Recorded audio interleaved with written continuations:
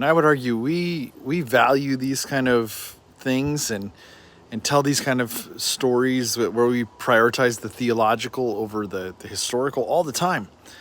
For example, I've told this story on this channel before, but my daughter in 2022 was critically sick. Long story short, she had a twisted bowel and sepsis from a complication to an appendectomy.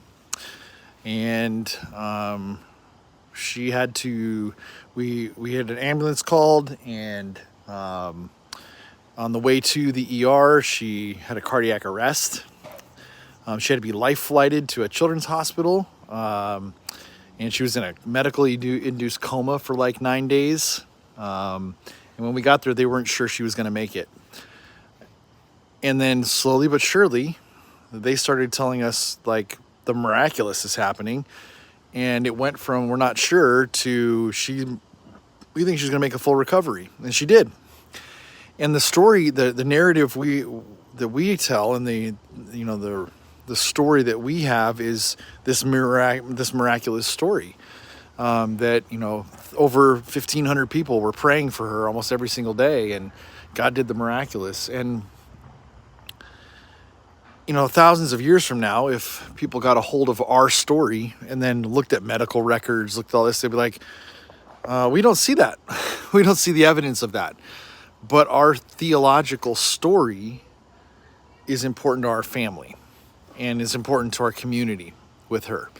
And we know what was going on here, and so we would tell that story.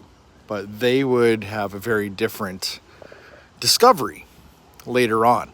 And so what's more important to our family, to our community, to our people? Our story and what was going on here, what we experienced, and the stories we tell about God and all this stuff and what was going on, or what they would dig up later on, that she went to we have her medical record, she went to the hospital, they gave her these drugs, they did this surgery, and then she got better.